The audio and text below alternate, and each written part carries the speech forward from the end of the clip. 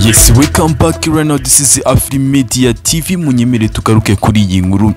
Ubwo mu mwaka watambutse ndavuga muri 2022 nibwo uyu muhanzi The Ben cyangwa se Mugisha Benjamin yafashe iya mbere maze yerekeza mu murenge aho uyu muhango wabiraga hano ku Kimihurura mu karere ka Gasabo, ubwo yari afashe iki cyemezo cyo kuba yasezerana n'umutambukanyi we byemewe n'amategeko.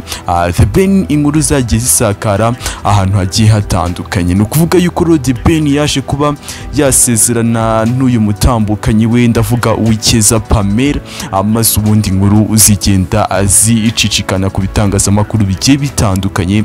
Ariko sibyo tugiye kuba twagarukaho, tugiye kuba twagaruka ku myiteguro ikomeje muri uyu mwaka ubwo turi kugenda turangiza, ubwo aba bombi bazaba bagiye kuba banarushinga byemewe imbere y'Imana. Ndavuga ku tariki 23 aho tugiye kuba twanarebera hamwe bamwe mu bahanzi bakomeye cyane bazagenda bitabira ubukwe bw'icyamamare, ndavuga Mugisha Benjamin. No kuvuga yuko iyi uteze amatwi ari AFRIMEDIA TV, mwibutsa kuba wakora subscribe hanyuma tujye tubasha kuba twasangira amwe mu makuru ya showbiz abagenda avugwa mu bitangazamakuru bigiye bitandukanye. Reka tubigenze gutya tugaruke mu kanya.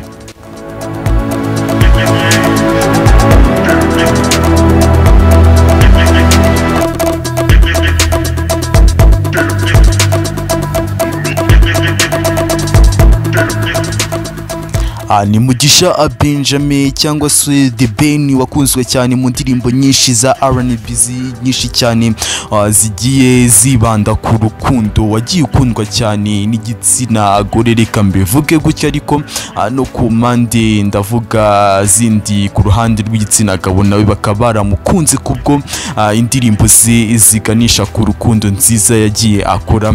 The Ben kuri ubu ngubu rero akaba agiye kuba yakitegura kuba papa cyangwa se agiye kuba yakitegura kuba yagira urugo rwe. No kuvuga yuko ubwo tugiye kuba twarangiza uyu mwaka wa 2023 bwana Benjamin Mugisha cyangwa se The Ben wakunzwe cyane mu njyana ye aya R&B. No kuvuga yuko The Ben kuri ubu ngubu rwose yitegura kubana n'umutambukanyi we, ndavuga uwikeza Pamela. No kuvuga yuko umwaka watambutse nkuko dukomeje kubibabwira nibwo aba bombi bagiye kuba basezerana imbere y'amategeko, umuhango wabereye hano ku Kimihurura mu karere ka Gasabo. Umuhango waje kuba wanaba neza kandi ukaza kuba warangira neza. Kuri ubu ngubu bakaba bakomeje kwitegura undi muhango wo gukora ubukwe, yaba imbere y'ababyeyi babo ndetse n'inshuti ndetse nanone n'imbere y'Imana. Rero no kuvuga yuko umuhango wo gusaba no gukwa ubura iminsi mikeya, ubwo uzaba tariki 15 z'uku kwezi turimo. Urumva ko iminsi ibura ni mikeya kugira ngo uyu muhango ubashe kuba waba, ndetse no gusezerana imbere y'Imana. Umuhango uzabera muri Convention Center, ari umuhango ukomeye cyane rwose, uzaba tariki 23 z'uku kwezi turimo, ubwo turi kugenda turangiza uyu mwaka. Umuhanzi ro nyarwanda Mugisha Benjamin uzwi nka The Ben yavuze ko ngo umuhanzi wo muri Kenya Otile Brown ngazaba rwose ahabaye, usibye yuko ataranamenya na none yuko mugenzi we bakoranye indirimbo yakunzwe cyane uyu wo mu gihugu cya Tanzania, ndavuga Diamond Platinums, niba azahagera. Urumva ko numwe nawe mu bahawe ubutumire. Rero ni nyuma y'iminsi hamaze inkuru ngo ku mbuga nkoranyambaga zivugwa ko ngo bamwe mu bahanzi b'ibyamamare barimo na Shiba Karungi, Tiwa Savage ndetse na Diamond Platnumz n'abandi bahanzi ngo bazitabira ubukwe bw'uyu muhanzi ari we The Ben buzabera hano i Kigali muri uku kwezi turimo. The Ben yavuze ko ngo bamwe mu bahanzi bazaba bakitabira uyu muhango ngo bamwe na bamwe ngo bamaze ngo kubyemeza ngo ndetse ngo hari n'abatarabyemeza neza ngo usibye ko rwose ngo Tiwa Savage ngo nawe ngo atavugana abari bamubashijeho ku bijyanye nawe niba azaba yahagera. No kuvuga yuko rero uyu muhanzi The Ben ndi kubabwira nawe mu minsi yashize urabona ko ubwo bajyaga mu murenge bamwe mu bahanzi batandukanye babashije kuba bagaragara babanaga hariya muri Leta Zunze Ubumwe za Amerika, yaba mugenzi we Meddy yari ahari ndetse na Barikiriki mwagiye mubona ndetse na Kate Kavuyo, bose bari bahabaye muri uriya muhango wabiriye ku Kimihuraro. Baravuga yuko nyuma y'aba bahanzi bo hanze y'igihugu cy'u Rwanda, yaba bo mu gihugu cya Uganda, Tanzania ndetse na Kenya,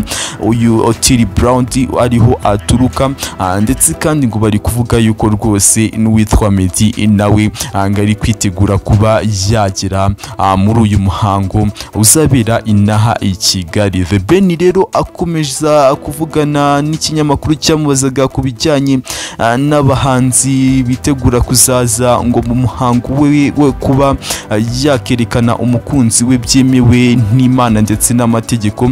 Yagize ati rwose aya makuru aho aturuka si impamvu gusa bamwe muri abo bahanzi bazaza. Diamond Platnumz ntabwo aremeza ko azaza, Otile Brown we ngo yemeje ko azaba ahari, Tiwa Savage ntabwo tujya atuvugana. Urumva yuko rero bari kumubaza kuri aba bahanzi b'ibyamamare bo muri East Africa cyangwa se bagenzi be bakorera umuziki hanze y'u Rwanda bagiye bakorana amaklabo agiye atandukanye, yaba witwa Diamond Platnumz ndetse na Otile Brown we wemeje ko azaba yahagera muri uyu muhango uzabera inaha i Kigali. Akomeje kuvuga yuko rwose agitegereje n'igisubizo cya mugenzi we, ndavuga Diamond Platnumz. Rero uyu muhanzi Mugisha Benjamin ndetse n'Uwikeza Pamela ngo bafitanye ubukwe ndetse buzanaba tariki 15 akaba ari umuhango wo kusaba ndetse no gukwa.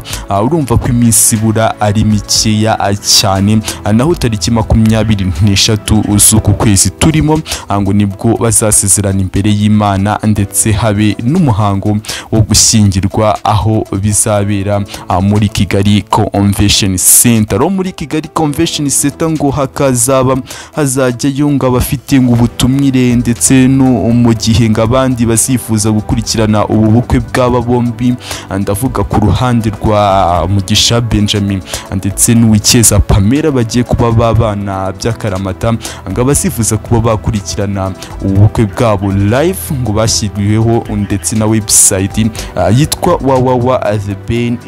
www.thebenandpamela.com bazakurikiranira kuri live niho bazabasha kuba bagaca. Rero no kuvuga yuko bamwe mu byamamare bigiye bitandukanye bari kugenda bemeza ko bazaba bari no ubwo na Meddy mu minsi yatambutse yaje kuba yabyemeza abivugaho yuko ngo agiye kuba yaza i Kigali mu minsi iri imbere, ndetse n'uyu Otile Brown wo mu gihugu cya Kenya nawe yabishimangiye avuga yuko azitabira ubukwe bwa mugenzi we, ndavuga The Ben banakoranye indirimbo yitwa Akenzigen Nath.